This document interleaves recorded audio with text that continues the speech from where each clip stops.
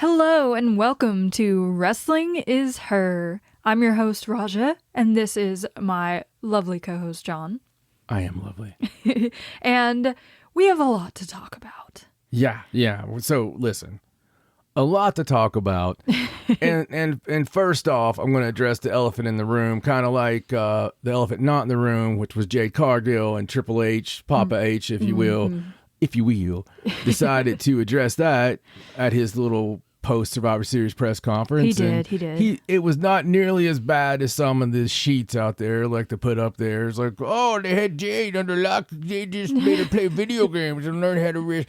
No, it was just that she wasn't quite ready. They wanted to make sure that she was confident and ready. And that could happen when you feed somebody jobbers that are from the indies for 2 years and, or for a year or whatever. It's a different system. She needs time to learn it. Yeah, she needs to learn how to do a move. Mm-hmm. And sit in the corner and sell to the crowd. Sell to the crowd. Look at the crowd. Stare. She's good at selling to the crowd.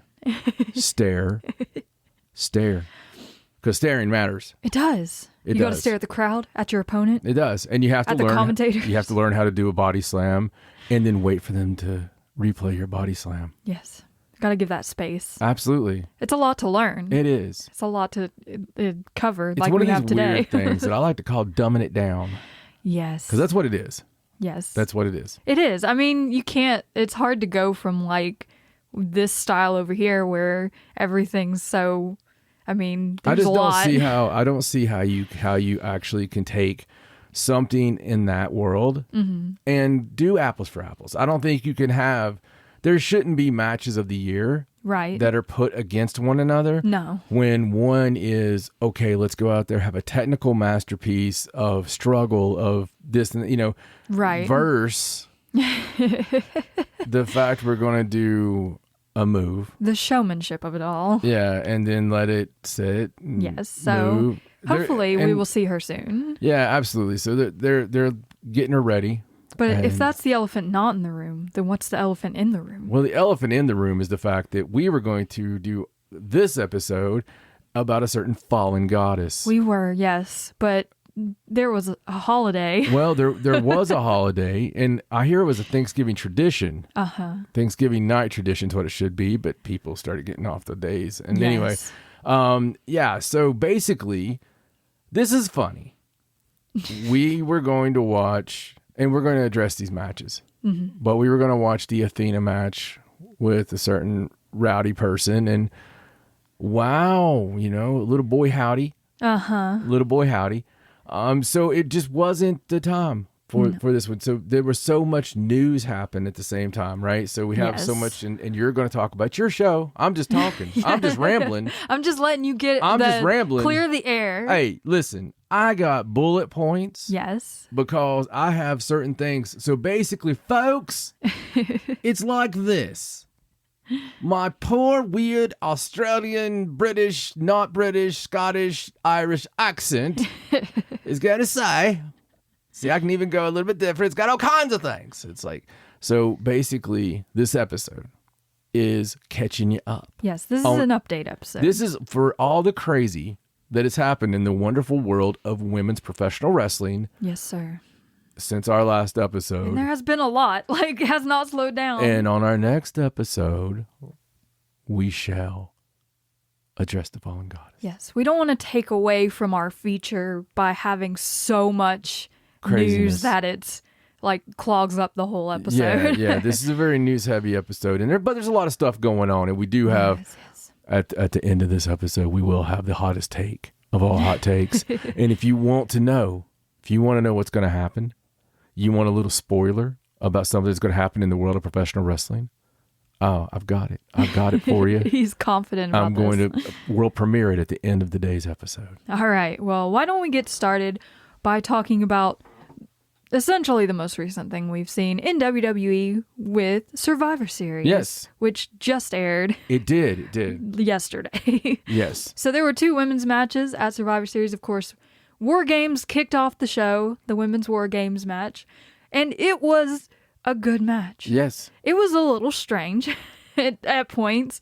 Of course, Io Shirai brought back the old garbage can over the head crossbody. That old standard. Yes, but Bianca, Shotzi, Charlotte, and Becky actually came out on top in this match, even though Bayley did her damnedest to keep her team fighting. Like, Kyrie was in another world. Asuka was just trying to mist everyone. It was all over the place. Kyrie seemed to be a bit not accustomed to it yet. Right. Not reaccustomed, not in the game, not there. Yes. Even at the one time when Charlotte was chopping and Kyrie didn't sell up for it. And Charlotte... She was doing her best. Yeah, Charlotte totally sold it, on her But face. it makes sense because, I mean, coming into this, there was the whole, are they going to wrestle together with Charlotte and Becky? And then during the course of the match, they made up and what a moment. Had a hug, and it was a very intense hug. Yeah, what a moment. And they did a move together and everything. It was great. Yeah, what a moment. It was a great moment, especially for any of the fans. I mean, because that's one you don't expect to see that one, right? No. So that was good stuff. And I mean, they hadn't even been in a ring together for 2 years. Yeah, yeah. And, it's like, what? Yeah, and there was a good job on them keeping them apart that long, and so it was good. It had some really good spots in it, and there was Becky got some brutal shots there, and she took a table, or Bayley took a table in the end. Like, there were some scary moments. Yeah, I mean, some of them looked like they were through a meat grinder. I mean, Shotzi was all like Shotzi looked that way. Io took a knee to the head. Oh yeah, from Charlotte's moonsault. That moonsault looked like it killed her. Of course, Becky got busted early on. Yeah, Becky got busted. The name of your new indie album, but the freaking that moonsault. The pictures from that. Oh, it was beautiful. It was but the pictures from the head. Oh yeah, she clobbered her. Yeah, she was not in this world. Poor you. After that, but yeah, man, they did a really good job and delivered once again. Of course, these women are going to deliver.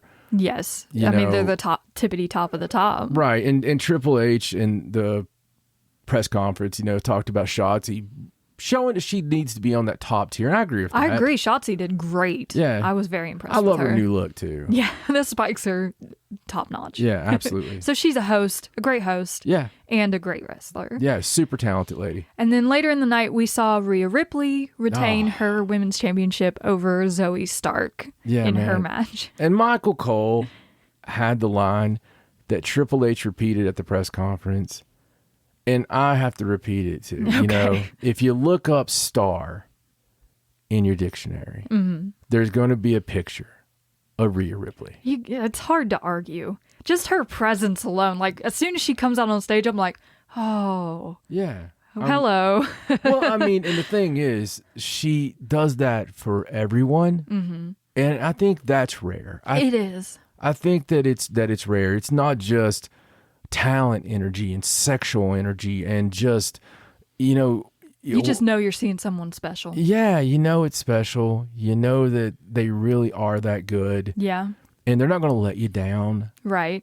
I mean, Jade Cargill honestly gives a similar vibe, or she did at least when she first came in, and like, she was like, it's like, what? This is not a real person. She has the vibe. She has the walkout vibe. She has the airport test. Like both of them passed the airport test. Absolutely. They're going to make you turn your head. I think that Rhea is probably eons ahead of Jade. She is working, yes. Wrestling ability wise. But hopefully that's something they'll do. And listen, the Jade dilemma that we started off with joking about, I was worried about it going in, and here's the reason why. Jade Goldberg'd it. Goldberg's first run in WWE was horrible. His first run was horrible because he had been fed people through his 200 win streak that were jobbers and street urchins. Right, and, you just do the spine on the pine and you're done. Right, they get chimney sweeps and pay him $10 and send them in there, and they Dick Van Dyke themselves back to the locker room afterwards. But that's what we essentially had with Jade. Yeah. She had no real long matches. The ones she had though were really good. Yeah, even like especially her going out match was in one of her best matches against Chris. And it was fantastic, and she was very giving. Yes. In that, and which was great. But she had a couple other gems in the run. But that's what it is, man. You're going to have to be able to tell the story. And when you've got 2 minutes, you can train anybody to go do that. Yeah. You know, so give and take. Because if you're up there with other mountains. Yeah, like Rhea Ripley. Yeah, and she will. Charlotte Flair. Right. You're arguably against the same size people. Yes, which is to Jade's, like, advantage. I think she does really well with other big girls. Oh, yeah. She's going to be just fine. But I agree. But Rhea is it, man. I mean, I don't see, to me, when I think of women's wrestling in WWE, I honestly think of Rhea Ripley. It's hard not to. She's taken over the entire world this year alone. She is the queen. Since she got that title at WrestleMania, there's like been no stopping her, and this whole mommy thing and everything has just been crazy. She's so good that it makes me want intergender. Yeah, we want to see her against men. Well, I do. I want to see her like Chyna was. I mean, she could totally do it. And you got to think the era that Chyna did that. This is what's so magnificent about it. Is the era that Chyna did that in was one of the most testosterone-driven, Limp Bizkit, Woodstock '99, burn down the place and do terrible things like that kind of. That's what I remember that era. Right. For not good things, right? Right. And even in that world, which is arguably some of the fuel that eventually burnt the world down and made it be reborn into people worrying about people's feelings and stuff, got to that level, which things do. Like that, the worried about people's feelings thing, that's going to burn itself out because people go too far on things. Because they went like way in the opposite There's direction. no balance, right? You're either too left, you're too right, whatever. Right, yeah. And you're too straight or you're too, effy, whatever. But it just goes in different things, and no one knows how to balance things. But what Chyna did and the walls that she broke down is just amazing when you think about it. But that's why I know it can be done, because she was believable. Right. Chyna was believable because same reason that a pile driver puts you in the hospital in Memphis. We made people believe because we sold it that way. We didn't waver from it. Right. Chyna was a badass. Chyna's going to beat your ass. Of course. Chyna's mommy. Yes. And very much Rhea Ripley, more than anyone on this planet, reminds me of Chyna. It's a big compliment. And I think she is the new ninth wonder of the world. She should be the 10th wonder. Honestly, I would give have her already, her own place. Yeah, I would already call her that. The 10th wonder of the world, because to me, she transcends it. She is, I don't want to staple her as a women's champion. I want there just to be a championship. It's just Rhea's championship. Yeah, just a championship out there. And I don't care if you don't like that politically or whatever. You can kiss my fat ass. I don't She'd care. have some really good matches against some of the guys. Some of the guys, man, she would be, obviously, first, I want to see her, beat up Dom, have Dom as a baby face. That's her first match. Just kicking Dom's ass for being a loser. But she could have some amazing matches because she's that talented. She is, yeah. And I can't wait to see who they slate next for her title feud or whatever, because clearly Zoe didn't get it done. I don't know if anyone expected her to. No, but Zoe showed a lot. She did. Zoe has some cool moves. She does. That damn whatchamo deal off the top rope. That I hope they call it that. Yeah, the whatchamo deal is freaking badass. But I think that Zoe has probably got there faster than she should have. She was in that little team up with Trish Stratus during that whole Becky Lynch feud, so she kind of got her way up there. I just didn't believe it. She did win the Battle Royal, though. Yeah, she did. Fine match. Fine, yes. But if I don't believe it, the match is not good to me. Like, the match was good. The match was fine. If you don't think there's even a sliver of a doubt that the other person's going to win, it's not exciting. Like, and nothing happened in that match to make me think that either. Okay, no, so neither. an example of the other end of that would be on the men's side in Survivor Series when I saw Miz. Yeah. Miz in a match he had no business making me believe he had a chance in hell. Oh, absolutely. No going into it, because we don't keep close eye on the men of WWE. No. But we don't. We watched the PLEs. Yes. But Miz going into it, we were like, oh my God, what the hell? What, Miz versus Gunther? What? Because he's been a comedy act for so long. Yeah. But you go out there and Miz has the heart and he gets the crowd and he's doing things. And also Gunther underestimated him. Yeah. What a wonderful story. Looking that story, past him. I don't know who the agent was, but it had Bruce Pritchard written all over it because Bruce talks about on his podcast, like his favorite match of all time is Harley Race and Terry Funk from July 1st, 1977 at the Sam Houston Coliseum. Mm-hmm. And the reason that's his favorite match of all time, it makes me, I haven't seen it. It makes me want to go watch it because he talks about how it was a cold matchup. Mm-hmm. But I mean, it was for the title. You can only be so cold in a title match, right? Of course. But it was for the title. But they came out and in a cold match, were able to establish a story. It was best 2 of 3, right? Okay. So it's a 3-fall match, right? Best 2 out of 3 falls match. And the story, as he tells it, is, of course, Terry Funk's finishers, the spin and toe hold. That's always been that way. And so he's working on Harley's leg. Harley's working on Terry's head, just, targeting his head the whole time, and trying to bust him open, trying to bust him open. And, he does so. And that moment's just really big because the crowd sees, oh crap, Terry's busted and he's bleeding a gusher. But Terry working on that leg any way he can. He just keeps going after that leg because he's wanting to get Harley, down and get a chance to win this. Right. And because of his move. So he even wins a fall because he does do something to the move and to the leg, and so you get into this end and it's so the crescendo. They've told this story and it's like the people and the energy, as he talks about, is just so amazing. Right. And they had everybody. And the thing he talks about this, and it kills me.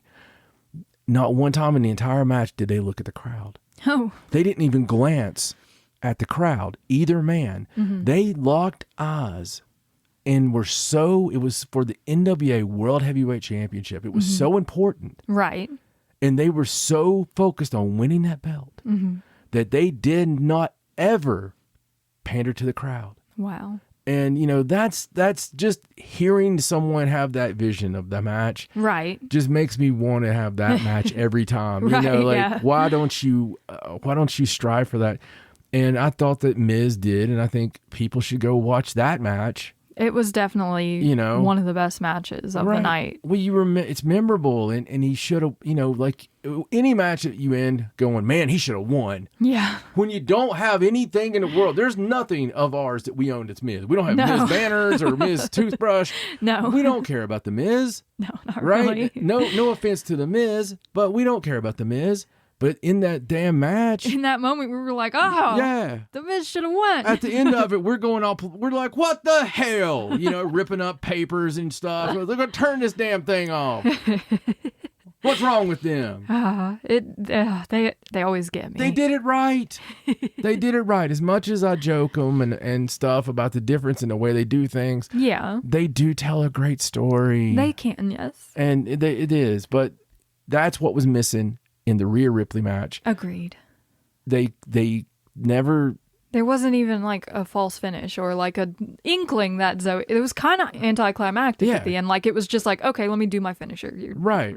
It's done. Riptide, you're done. And it just came out of nowhere. There was no like build up to it. So as great as the women's Survivor Series or War Games, excuse me, as great as that match was. Yes. This one felt flat. We got to see Rhea. Yeah, which is always nice. Always nice, as we proclamated. Yes, and the rest of Survivor Series was really good, and there was nothing else really happened after that, so we can just move Yeah, no, I don't remember a damn thing happening. No, after no. that. It was Rhea came out again during the men's match. That was no. But the Ron Killings returned. Oh, yeah. R-Truth. Yeah, that was cool. forgot. I know it's a men's thing. Sometimes it transcends, though. Yeah, it was really cool. It was nice seeing him What again. a great moment. That guy. He's so much fun. That guy deserved to be back. He did. He belongs there. He does. I'm glad to see him back where he belongs. I am. Because he's such a uplift to the locker room. Yeah. And anywhere he's ever been, TNA or, honestly, he even spent some time living with one of my best friends in the business, like early K-Crush time period. So guys, he's a super dude. And guys like that, you just love to see them come back. Yeah. Come back home. No, they're still there. Yeah, they're thriving. Be home. Yes, I agree completely. Right. Nothing else happened. No, nothing. So why don't we talk about AEW? Okay. And we have to go back a little ways a week to Full Gear. Yes. Because that has happened since we last recorded. Amazing pay-per-view. Full Gear was so good. So good. And we got 2 women's matches. We did. 2 women's title matches. Amazing. Holy crap. Yes. We started with Toni Storm versus Hikaru Shida, in which Toni Storm regained the AEW Women's World Championship. And we said she didn't need it, but damn, it felt good when she got it. It was we were happy when it happened. I think we were setting ourselves up. Yeah, we were like, it's fine if Toni doesn't win. She doesn't need it. Her character doesn't need it. But when it happened, boy. What kind of liars are we? I know. We were so overjoyed. We were rooting for her the whole time. We wanted that damn belt. She cheated to win, but yeah, a little bit. She put metal in her trunks. She tried to put metal in her trunks. She did her best to put metal in her trunks. So you could tell someone's over. Yeah. When people are so forgiving. Okay? So forgiving. If that had been, let me think of somebody that's polarizing. Oh, I don't know. If that had been Nick Jackson right now. Uh-huh. And something that fell off his boot before super kick. Uh-huh. The world would have ended. End of the world, yeah. Yeah. So I mean, technically, it was still in her tights. It was there. Just in her, fishnet tights. Yeah, it was there. It was secure. It was there. It still hit Sheeta in the face. It did. And she was able to get the win, which we love to see. And then in our other match, Chris Statlander did not come out of the triple threat match with the TBS title. She almost did because she hit Sky Blue with the Saturday Night Fever. Right. But Julia Hart shoved her off and took the win for herself to become the new TBS champion. So I like to call her the other Julia, but I might be switching that title. She might become the first Julia. And she might be the first Julia, depending on what Julia Prime ends up doing. But we'll see. We'll see. We'll see. Watch your ass, Julia. That triple threat match was so good. Yeah. And it just kind of reminds you how good Chris Statlander is when she gets on a big stage. She her moves and stuff are just crazy. Dude, Chris is amazing, and when she's got the right dance partner, it's fantastic. Yeah, and I think having Sky and Julia in there gave her even more to work with. So Sky's really done so much better since she's been able to be a little heelish. Oh, and her new look debut at Full Gear she took the hat off, threw it, put that flower crown on. Oh, so nice. Yeah, they finally got it right. They did. She looks fantastic. She went through a few little, Mr. Ink moments, but they finally got it right. I think that with her, it gave her more freedom being a heel, and she's not full heel, but she's a hell of a tweener. She's kind of like an anti-hero right now. I don't know. Yeah, she's something. But the thing it does, it gives her a confidence. It was right there off the bat. Yeah.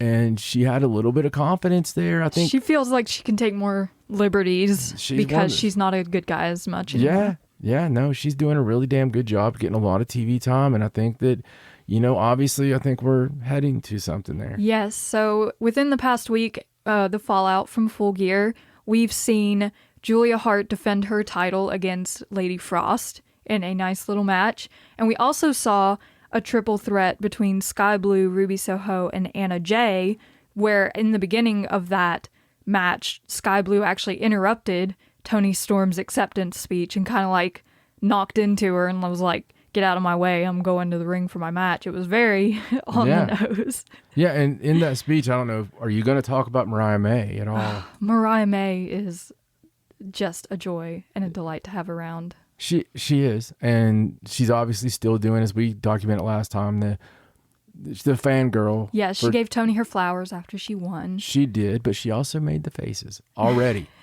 When Tony was talking about Tony was talking about the fact of, nobody's going to be able to win this, right? And, blah blah blah blah. There's no reason to even try. Mariah already showing that quick some faces behind her. Like, wait a second, you mean I can't do that? I can't have that title someday, right?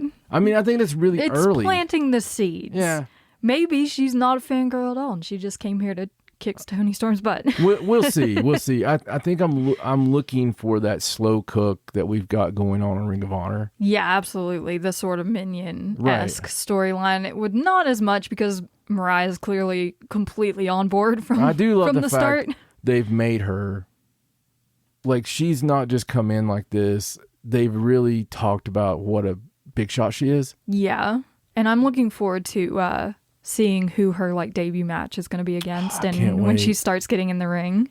I cannot wait. Yeah, dude, I can't wait to see her get local town jobber.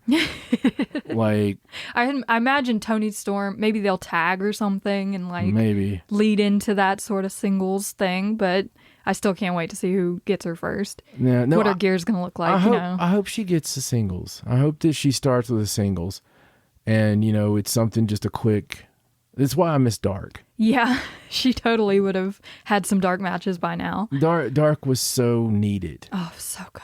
Yeah. I miss Dark so much. Dark. I even miss Elevation. Yeah. I don't even care that it was second tier. Yeah, no, that was our favorite show. We watched it every week. I mean, not only did I usually know half the damn roster, but I mean, it was great, and they had their own little things, like their own little universe. Little storylines. Yeah. Oh, it was so fun. And it's just Warner Brothers. You felt like you were in on something. Yeah, Warner Brothers Discovery, I think, took that out, but I think that was part of the heart. Yeah, I agree. But I guess in preparation of having more shows to do during the week with Collision, they just couldn't keep up with. Well, they just didn't want these properties diluting from what they show. Yeah, so probably. That's what it was. Yeah. If you can see it there, then why would you watch it here? And I don't think they understood the whole...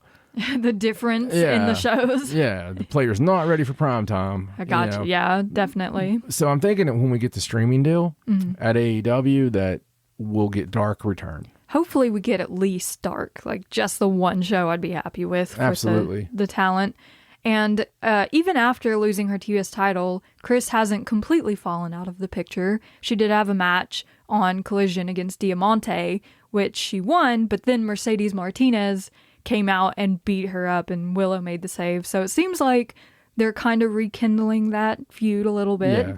So we'll see where that goes. That's one of your favorite matches. Oh, Chris versus Mercedes is always good. Those two know how to work together. Yeah, absolutely. And I think that's a great call right now, is to have that, because it's just a hell of a good match. It is. And I'm glad Chris is still getting TV time, being able to show what she's all about. 'Cause she did some crazy stuff in that Diamante match. Like the kip up into the drop kick was so cool. Yeah, absolutely. She's just trying out some new stuff. It's fine. Yeah, no, she's awesome, man. So I think she'll get back to where she needs to be, and it's good to come off that mountain though. Agreed. And go back through. Yes. So while we're talking about AEW, we're just going to go down the mountain just a little bit to the land of Ring of Honor. Yes. Because we had something of an insane debut on Ring of Honor this week, following up a week ago the Pro Wrestling Revolver Unreal show on November 16th. Exactly a week apart,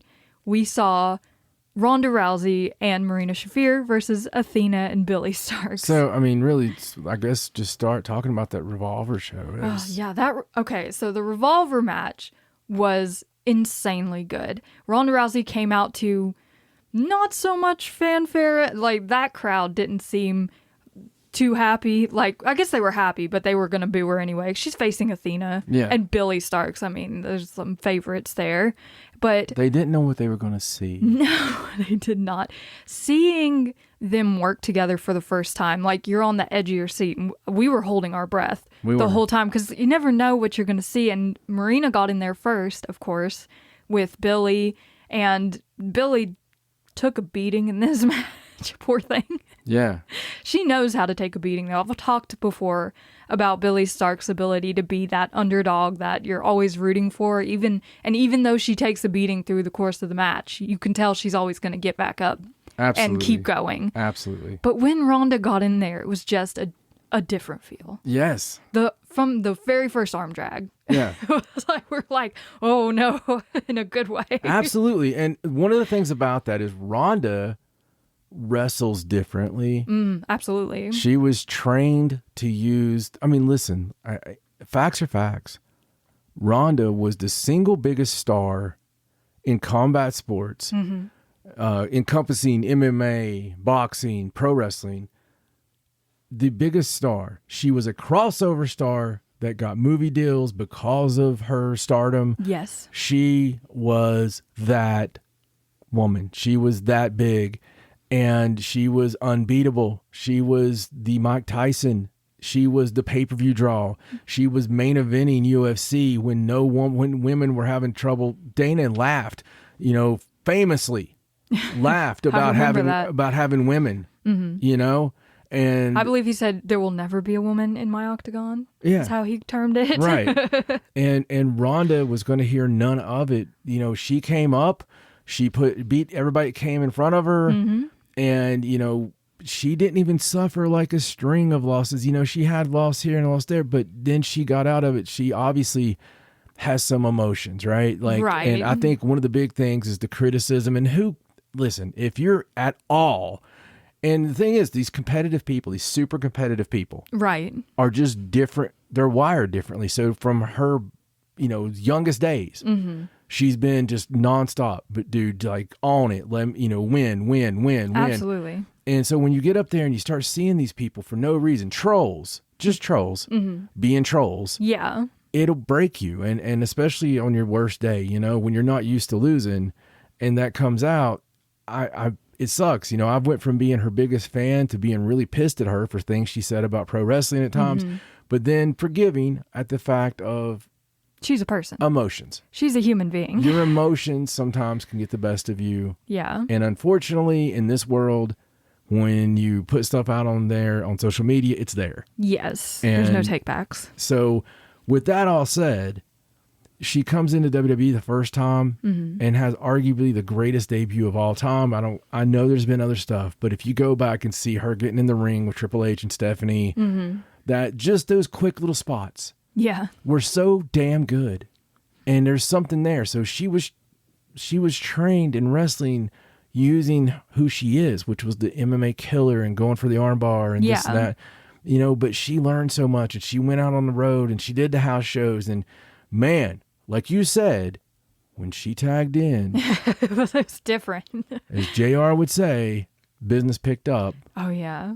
And all of a sudden we're reminded who she is. And she seems so much more confident getting in a ring, like in these past two matches, than I ever saw her in a ring in WWE. Smiling, confident, and some of her moves are just different. Yeah. Some of her slams, dude. Yeah, like they're so fast. Yeah. She's incredibly fast and vicious and scary. Like the real Ronda Rousey that we remember from UFC. And she does that wonderful thing. When a worker makes the workers around them better, it's brilliant. And, she instantly elevates Marina. She does, yes, because Marina has that association now where she can be with Ronda, and it's like, okay, believable. Even their finisher. Yeah. That's the scary-ass finisher. Oh, geez. And, just great stuff. So that match. Yeah, that match ended on, like, a non-finish because Athena used the belt to disqualify her team so that they could get the heck out of Dodge. Because I think she'd seen enough. Yeah. And she was like, this isn't happening. We're leaving. They were going to lose. And absolutely. Instead of letting that happen, she did that. And the people were like, oh, man, no, that's a terrible finish, whatever. But it was obviously leading to more, because a few days later she showed up at the Ring of Honor taping to be Marina Shafir's partner.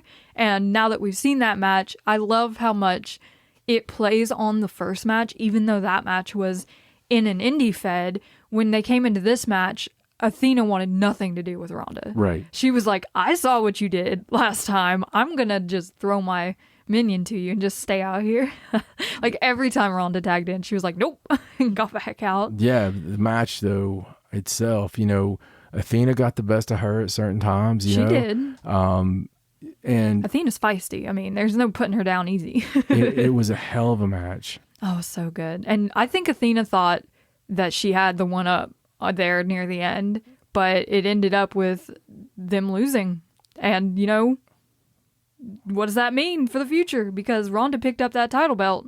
Yeah. She was looking. Wonderful moment. And I know online it's like, well, this was a one-time thing. It was a favor. It didn't look like a one-time thing to me. I mean, the way that when she picked up that title, you want to see Athena versus Ronda now. Yes, I do. And these matches, listen, go out of your damn way. If you don't have Honor Club, it's a perfect time to get Honor Club, because you're going to get Final Battle. You're going to get Final Battle with your subscription. There's never been a bad Ring of Honor pay-per-view. No. And watching Ring of Honor every week is worth it, specifically for the women's wrestling. There is so much on there. And the Athena matches, she's on it every week. Yeah. Athena does not miss. She's been on every episode. A show. Yeah. Her matches are always amazing. Yeah. Top tier. Absolutely. It's worth the monthly fee is worth it for Athena, in my opinion. And top lady talent from the indies. Yeah, you get to see so many people that you never get to see. Right. In like an AEW ring. Yeah, it's a shame we all know your name on people that leave when the Ring of Honor tapings start. Because guess what? So mad. These girls go out there and still give it everything. Oh yeah. These episodes are so great. If you got the Honor Club and you just go through and you're like, I'm going to watch all the Athena matches since the first episode of Ring of Honor. Do it. Yeah. And especially the Con of Honor. It's great stuff, dude, ever since the relaunch. It has been. And with Final Battle coming up, we don't know. Like, Athena's the longest reigning women's champion right now, but we don't. Is she going to keep that title past Final Battle? We don't know. Yeah, and obviously we're building there with the Minion storyline with Billy Stark. Yes. Where is that going to go? They even incorporated that into the match with Billy giving in more to Athena's tactics. Oh yeah, she's gone full. She's gone full heel. Full heel now, and it's great because looks like it's going to have a good run. Oh. And eventually, student teacher. Yeah. I hope so. I don't think the title changes till that point. Maybe it would be amazing if Athena held on to it until Billy was able to beat her. Especially if she had a Ronda match in there. Yeah. Even that would make it insane, like an insane title run. The way you could do it, even if you had a one-off contract for Ronda, the way you could do it is have Billy in the finish. Mm-hmm. Have Billy cost Athena a DQ or cost something, right? Right. Even if you wanted to put it on Ronda and go ahead and launch the Billy thing, I mean, because of Billy screwing up. Yeah, like it protects Athena turning on Billy. Yeah. Or turn Athena babyface. Oh, you could have Billy purposely. It could be the did she, didn't she type of thing where she threw something in or something and Ronda got it. And we don't know if she meant for Ronda to get it. Well, I mean, if you think when Athena walks off and they're having the backstage segments. Yeah. How are we going to get out of this? How, she going to put physical harm on me? Like she should be scared. Right. So, I mean, there's a lot of ways you can go. The bottom line, go out of your way and watch the damn match. Yes, this match specifically, if not any other Athena match you can watch. Yeah, definitely. This is my match of the episode. Yeah. My moat. Yes. So something we were going to start doing for each of us is have a match of each era of our episode. Yes. And from the last couple of weeks, dude, this match. All right, well, why don't we talk about Stardom? There have been a lot of changes and things happening over there in Japan with Stardom, starting with the firing of their president, which was the biggest thing. And of course, because of Tam Nakano and Natsupoi's injuries, they decided to strip them of the World of Stardom Championship and the Goddess of Stardom Championships, respectively. So we got 2 vacant championships going on, heading into the biggest show of the year for Stardom at Dream Queendom. Mm-hmm. So the way that they've decided to resolve these titles is that the red belt is going to be decided on December 29th at Stardom Dream Queendom. And in that match, supposedly, Suzu Suzuki is going to get her promised match for winning the 5-star Grand Prix. Right.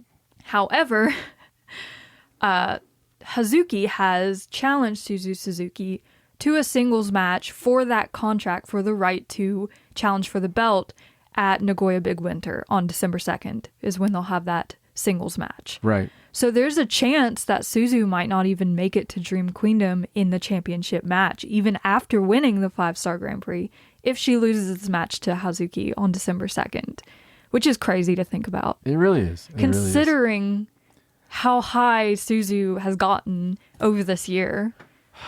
So if you believe what's in the Observer, Dave Meltzer went on the record with saying that the original plan was for Suzu to beat Tam Nakano for the belt. And, whatever his sources are after doing this for 40 years. Right. I'd say he's got some. I'd say he does. That was the original plan. Now, we watched the press conference. It was hard to watch. And even without any kind of HD sub, shout out to HD subs. Thanks for your translations. Thank you. But even without any translations, we didn't need translations. It was on her face. Her being Suzu Suzuki. Yes. When they were talking to her, Suzu, she was upset. She looked like she had been crying. She did.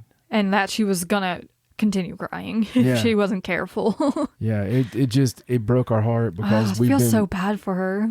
We have obviously been so behind her. Yeah, and her title opportunity came and went with nothing. Like, she didn't even get a title shot when she was meant to. I mean, and now she might not even get a title shot at all. And she had to be off the latest weekend of shows that we haven't got to see yet. We'll be able to see those right after this show. Yes, from the 25th and the 26th. But she apparently had a fever, and so they thought it was... And normally, they wouldn't even tell you why. Mm-hmm. So that's already changed. I'll let you continue with some of the changes. All right, so to determine the opponent for the red belt, who Suzu or Hazuki will face at Dream Queendom, we're having a one-night 4-woman tournament at Korakuen Hall on November 28th. And the 4 women in that tournament are Maika, Amisori, Mina Shirakawa, and Momo Watanabe. So that will decide who Suzu or Hazuki will face on the 29th. And the matches are Maika versus Amisori and Mina Shirakawa versus Momo Watanabe. And then on that same night, we'll have the final, which you gotta believe is gonna come down to like Maika versus Momo, probably. It's gotta be Maika and Momo. That's my feeling on it. I mean, it's gotta be. It's gotta be Maika versus Momo. Now, with Maika's tears after winning the tournament. And what hasn't happened for her when people were expecting it. Right. Which people, again, trolls, dude. Some people, if they can't say something negative, they can't say anything at all. Yes. Suzu's story was freaking fantastic. Agreed. And amazing. Right? Right. It's great. Either way, the girl that got that win deserved it. Yeah. And of course there were people upset that Maika didn't win the 5-star Grand Prix. But she's also tied up currently in the Goddess of Stardom tag team division picture right now. Well, so I mean, sometimes, you just got to give time, things time to, it makes the story even better. So, but what worries me about it is all the changes. obviously fan service comes in. Yes. And you want to make people happy. They're trying to get the shows up quicker. They're trying to do this. They're doing this. They're obviously we're in for a lot of changes. Yes. That's the only thing that concerns me on the Micah thing is, how's that? It'll be really telling because Micah and Megan have a match on December 2nd at Nagoya Big Winter for the vacant Goddess of Stardom tag team titles. And it'll be interesting to see on November 28th, just a few days ahead of that, if she wins this 4-woman tournament, how that plays into this tag team match. Because Micah and Megan have already claimed that they are the rightful champions and that December 2nd will be their first defense and not just a match for the vacant titles. They're very confident about this. They've even taken the belts. They have the belts in their possession. And so I know Julia has the strong title. But don't you think it's a bit telling? That she's not in this? Mm-hmm. I guess maybe they think that the strong title is important enough that she doesn't need to be in that picture. It worries me. It worries me too. But also on the Korakuen Hall show on the 28th, we're going to see the in-ring return of Utami Hayashishita and Saya Kamitani, who are teaming with Azumi to take on Suzu, May, and Megan Bayne in a 6-man match. Yeah, awesome. And we're really glad to have them back. Obviously, we just got SOK back. Yes. So just excited. Yeah, absolutely. There's people are starting to filter back in. We're getting more filled out cards again, which is always fun. And we'll talk about in a moment. So yes. Even some people that we're excited that we got now. So. Yes, absolutely. And before we talk about some really cool things that we have seen, the full card for Nagoya Big Winter on December 2nd is Suzu versus Hazuki for the contract to that match. Micah and Megan will be facing a team that has yet to be disclosed for the vacant tag team titles. Julia versus Azumi for the NJPW Strong title. Mei Seira versus Tekla for the high speed title. And Nanai Takahashi versus Scandinavian Hurricane in a UWF rules match. But that's not, I'm sure they'll add a few, a battle royal, the usual undercard things, but that's some big matches. It's a fun ass pay-per-view. It's a crazy pay-per-view. I mean, I'm totally freaking excited about it because it's the best on paper card that we've had in a long time. I agree. Since we recorded last, we saw Stardom Gold Rush on the 18th. And it was interesting. Mm-hmm. We did get to see some really cool matches like Mirai versus Sariano, of course, in that amazing fantastic match. Time limit draw. And we saw Starlight Kid's return versus Azumi and Suzu Suzuki, which was really cool. The Moneyball tournament was interesting. yeah, just a nothing match. 3 nothing matches to lead to a weird finish where people were slipping on powder and there were buttons being pushed. It was very weird. Terrible. But the Bari Bari Bombers came out on top, proving why they're the Artist of Stardom champions, I guess. Listen, as positive as we are about Stardom, that and the Halloween debacle. Oh, God, the Halloween show was just terrible. And what, it wouldn't make us so upset if you weren't talking about the greatest workers in the planet. Yeah. And so much you could do. The things that you could have. I think what upset me the most is probably them putting the Moneyball tournament last instead of the Mirai title match. Because that kind of just took you out of that amazing feeling you were in during that match, which was incredible in the semi-main event. Should have been left with that. Yeah, I agree. That should have been the end of the night. Absolutely. Yeah, fantastic match. And there's always hot spots. That's a good thing. Yes. Is even with bad booking or bad this, bad that, you're going to have great workers. Yeah. Do great worker things. Agreed. But we saw some other really cool stuff. That night was also the UWF rules match between Shuri and Scandinavian Hurricane Alice Inc., which was just an amazing showcase of what Shuri can do and one of the best technical fighters in ask the world. Alice.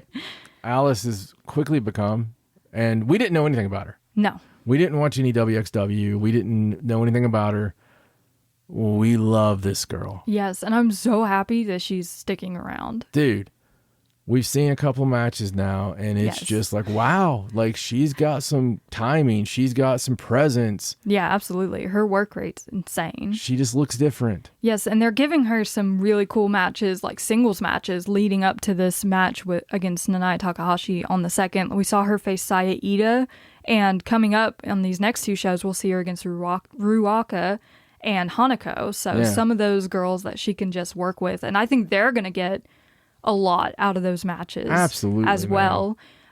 We also saw some cool stuff. Speaking of the sort of younger generation on New Blood, we saw the debut of Yuzuki. Oh my God. She's fantastic. Yuzuki's going to be something, like in something special. If you haven't seen that, again, go out of your way to see it. Yuzuki's debut is fantastic. Yeah, you can even see that on YouTube. So it's easy to find. She faces Momo Watanabe, and she does so good, like for a debut. It was amazing. Yeah, a lot of the normal tendencies. Now, they did show up in her second match. You know, some of the hesitations and some of the unsure when you're facing stuff. Momo Watanabe, there's like, that it's Momo Watanabe. You have a but general. then you're over there with Miyu Amasaki, and it's a little different. Yeah. When it's Kevin versus a ring general. Yes. You know, obviously Momo led that match. Yes. Did fantastic. So still, she's got a great career ahead of her. Agreed. Yuzuki is definitely one to watch. And there's a lot of little things going on. Like I'm excited about Nanae, the way she called out Ruaka.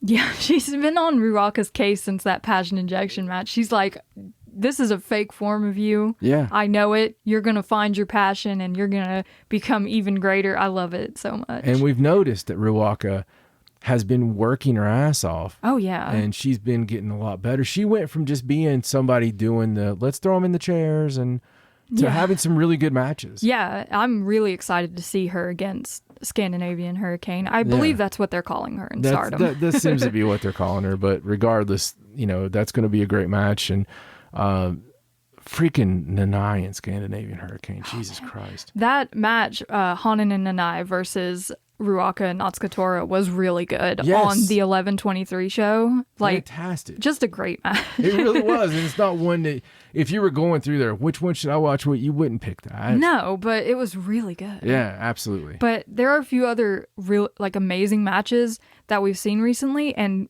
funny enough, they're all the 3 I have are all time limit draws. But on New Blood, we saw Mei Seira versus Hanan, which was, I mean, my God.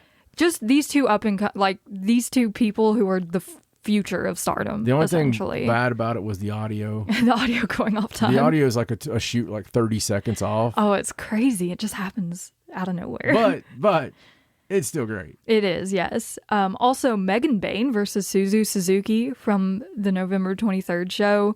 Just the story behind that and the fact that they've been teaming for months and now they're facing each other. And the way Suzu portrays like having to climb the mountain that is Megan Bayne, so good. Great match. And at the end of it, it tells so much. Just Suzu smiling. Yeah. You know, she was so proud of herself for like withstanding 15 minutes in the ring with Megan Bayne. And Megan Bayne getting these singles matches. You know, she's got the one with Julia that we're gonna have. Oh, I can't wait to see. Man, it's really strange though that they're giving her these singles matches. It is. It's weird. Like, there seems to be something brewing. Yeah. Which I don't blame them. Megan has come, like, even since coming to Japan, has grown leaps and bounds. Leaps and damn bounds. I'm so proud of her. Yeah, she really has it down now. Yes. And this last match I want to mention is my personal match of the episode. It is, you have to go all the way back to November 11th, but it is Hazuki versus Suzu Suzuki versus Mei Seira. Oh. And this match just exemplifies to me the level of talent we have in Stardom and what you can do with them, like the things you can get out of them. And this match was insane. It never stopped. Like, the pace was just crazy. The moves were insane. These 3 are like some of the most talented people that we have, and they showed it here. Why they deserve to be in that title picture. So we don't discuss beforehand what each other's match of the episode is. Right. And that's what I wanted to do. I like having fun things. And from here on out, I wanted to have that with each of us. Yes. And I wanted to give whoever's was the best. Like, if they're the same, If they end up being the same match, fantastic, right? We shake hands. It's good. Right. We're good. If they're different, then one of us will probably be concede. And we'll be say, like, oh, okay. Yeah, you're right. So in this instance, I concede that you are correct. I forgot that was during this period. It was because we hadn't seen this show before the last show. So it's a little cheating, but No, but it's definitely something I want our listeners to go out of their way to watch. Yeah. Because it's that freaking great. And I think the winner each week that becomes the chef's kiss match. Oh. So, there you go. Well, thank you. I do like your match of the episode, like the story in it and just the grandeur of it. And we talked about it's different. how many, if you wanted to, how many places you could take the story from in that match. Yeah, absolutely. Going all the layers. Yeah, going all the way back with the Billy stuff and the tournament before it, Revolver. Yes, with Marina Shafir and Billy Starks. And Marina's anger at her. Marina's first loss in Revolver. Yeah. It's Billy. Yeah. And there's so many layers. So many layers. It's great stuff. And Ronda was a teammate of Ember's. Yeah. There's like everyone has a connection in that four-way. This match in Stardom with these three was not story heavy. I mean, you have May versus Suzu, which is always fun because they're best friends. Right. So seeing them against each other is funny because they just want to team up. You can tell they want to help each other. Is that the push off the top match? It is the push off the top match, yes. Oh my God, guys. Suzu's vicious, okay? She does not care. Oh she loves God. May, but I think she yelled, "I'm sorry." Like, I think she yelled something about it being every woman for themselves or something. Oh God, I love it. The visual of May Sarah getting pushed off from behind. Being catapulted From the top rope. Off the top to the outside. Oh no, we were freaked out. It was scary. Yeah, I mean, the squeal she does is great. Yeah, she's got a great She scream. always has that squeal when she gets caught. But that was a great match. So I've got something else that I've got to do. And this is our hot take. All right, let's hear it.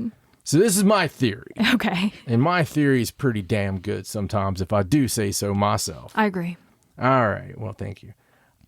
I think that Bayley, because of Bayley's post-match comments, and we noticed during the match at Survivor Series, that during War Games, Bayley did everything she could humanly do to win that match. Yeah, she even took a bullet for somebody. I mean, they've had obvious, since Kyrie has come back, there's been heat between Kyrie and Bayley and blah, blah, blah, blah, blah. Well, Io kind of brought her friends in without telling Bayley. So Exactly. she's like, And it was Bayley's damage control.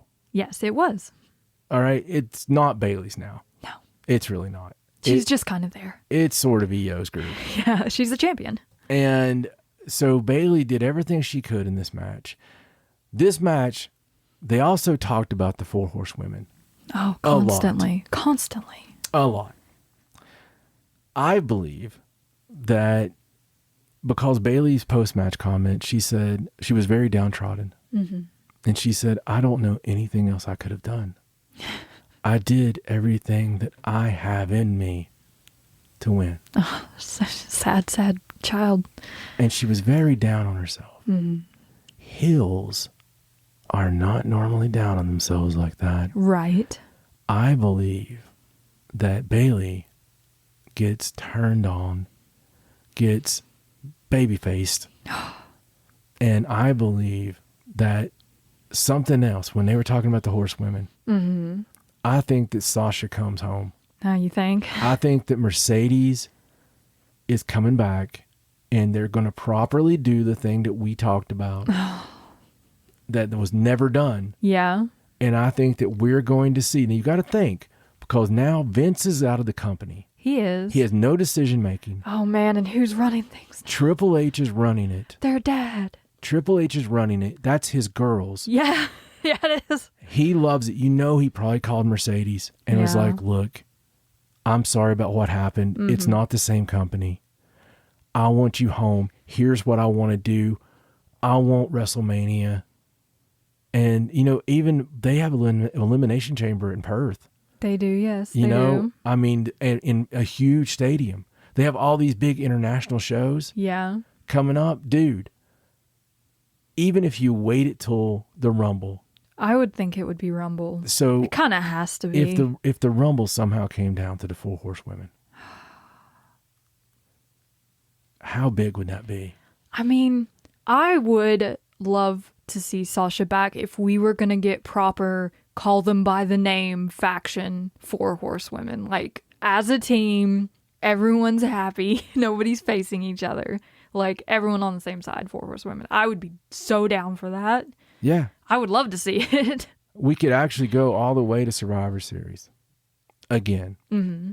And have the 4 horsewomen versus the Damage Control. The new, those 3 plus whoever they bring in. Yeah, even if they Julia. If they have Julia in there with them in Damage Control, you know, and have their proper faction, I would be down with that. That would be such a cool match. It would be amazing, you know. It would be amazing. As much as we don't want to see some things sometimes. Yeah. The thing about it is the growth and the fun and having the parity in wrestling, having the new in wrestling. Yeah. And if we want things to be better, get better players. Yeah, and as much as we do talk about the system over there and stuff, like when Charlotte or Becky or Bayley is in a match, it's a good match. Like, they don't disappoint. Absolutely. My thing is more on just picking on them for the fact of taking so long in the style. So much time. It's just everybody, listen, some people like their steak medium rare. Some people like it well done,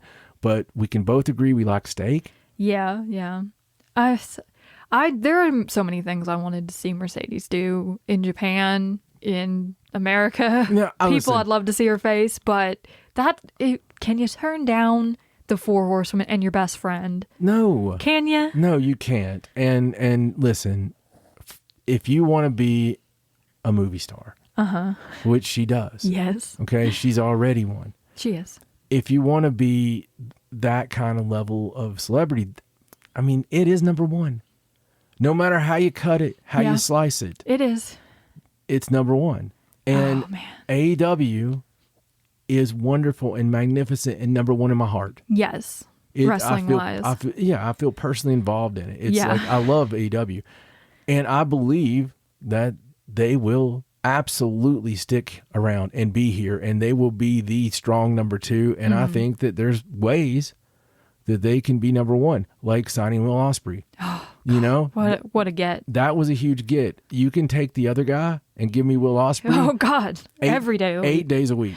Okay, because let us just have our 29-year-old. Let us have phenom. More 5-star matches than anybody's ever had. Oh God, you know, because they're real 5-star matches, and that's what I love. Yes. And they're mixing more and more of the showmanship in. They're bringing more and more of the right people in. Mm-hmm. It's not perfect. It wasn't expected to be. No, it's still a baby. And it was a growing thing. And growing, you have to go through growing pains. Absolutely. You change. You morph. This show will change a million times. Yes. You know? That's just, you have these things happen. Mm-hmm. And especially when you're on a shoestring budget versus, you know, us versus like Joe Rogan, right? You're right. He's getting paid millions of dollars to do it. Yeah. We're trying to find in between diaper changes and 12-hour shifts. Yes, actual jobs. Way to do the show. Yes, because we love it. Because we love it. Because we'll stay up, you know, way too late watching Japanese wrestling. Mm-hmm. And then both of us go out and work all freaking day. Right. And, you know, then try to do all these things, right? Play with kids. Yeah, family time and all this stuff, and still try to do this because it's our passion. We love it. Yes. And we love talking about it and want to bring that passion to you guys because we felt that there wasn't one out there that was just properly all women's wrestling in love. Yes, love of women's wrestling. Not the hate of it. And that's not constantly putting it down. Yeah. And that's why I thought it was important to talk about this, because I can see that pathway to have the horsewomen. I can totally see it too. We've already got 2 out of the 3 players on the same team, and now we got Bayley basically turning back babyface.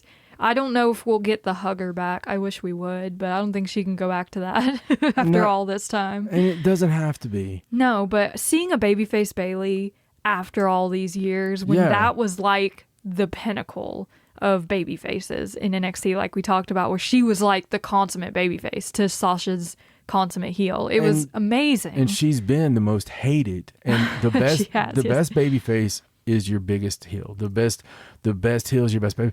The reason is, as we've talked about before, yes, love and hate flexes the same muscle. Yes, they're the same emotion, just different flavors of it. Right, exactly. So I want to see this more than I want to see Mercedes come in to AEW. I would give anything to see the 4 Horsewomen back together. I want to see a proper run. I want the proper 4-pack of toys. Yes, if they actually call them the 4 Horsewomen and let them do it on TV and be together for an extended run. The shirts, the music, the video packages. Also give Sasha and Bailey back the tag titles like that have been in limbo for over a year. It'd be amazing. And we're here for it. There's so much stuff you could have. If you did that, you could have the tag champs like the 4 Horsemen. You could have the tag champs, the heavyweight champ. You could have. There are 2 women's belts. Yeah, dude. Like Charlotte and Becky could be the women's champions, and then Sasha and Bailey could be the tag champions. They could just run the place. Well, I won't get that greedy. We won't strip Rhea Ripley. I want them on the same brand. Yeah. They have to be on the same brand if they're a faction. That's the thing. Is I want them on the same brand. They have to get that belt off Io is the thing, 'cause she's the betrayer. Yeah. Of Bailey. Even if you cooled off Damage Control, put Damage Control on the other brand or something, let them face other people. Yeah. Whatever you want it to do, just do it. Oh, there's just so much good stuff happening. I'm excited about the 2 big Stardom pay-per-views coming up. I think Big Winter and Dream Queendom are going to blow this year of injury and questions out of the water and just restore everyone's faith in humanity. Yeah, I think we got a lot of big things coming up, and I think that we're working towards some amazing things. Ring of Honor, if we get what we're wanting there. You got Final Battle. You got World's End. What's going to happen at World's End? Yeah. Nobody knows. There's a lot of things that's building. And of course, with the Warner Brothers, if we do get the streaming thing, are we going to get a women's show maybe? There's a lot of things there that can happen that are just positive. And if you're a wrestling fan, it's a hell of a time to be alive. And if you're a women's wrestling fan, yeah. We are cooking with oil and grease and everything else. It's never been more respected. No matter where you're looking at it, you can watch anything right now, and you're going to have a women's match. Agreed. And some really good stuff. GCW or whatever it is you like. Mm-hmm. There's something out there for you. Absolutely. Like, there are so many things to watch and so many women doing amazing things. It makes my heart happy. Yeah, me too. So thank you so much for listening to this little update episode, catching you up with all the crazy stuff happening right now in women's wrestling. And we will be coming back to you very soon with a more proper episode with our feature on the fallen goddess Athena, as well as more updates of what happens over the next week or so in women's wrestling. We got so much going on. Make sure you follow us on Twitter, Facebook, Instagram, @WrestlingIsHer, wherever you like to do social media the most, and we will keep you up to date on all this amazing stuff. I'm Raja, he's John. So long from Wrestling Is Her. Bye. Bye.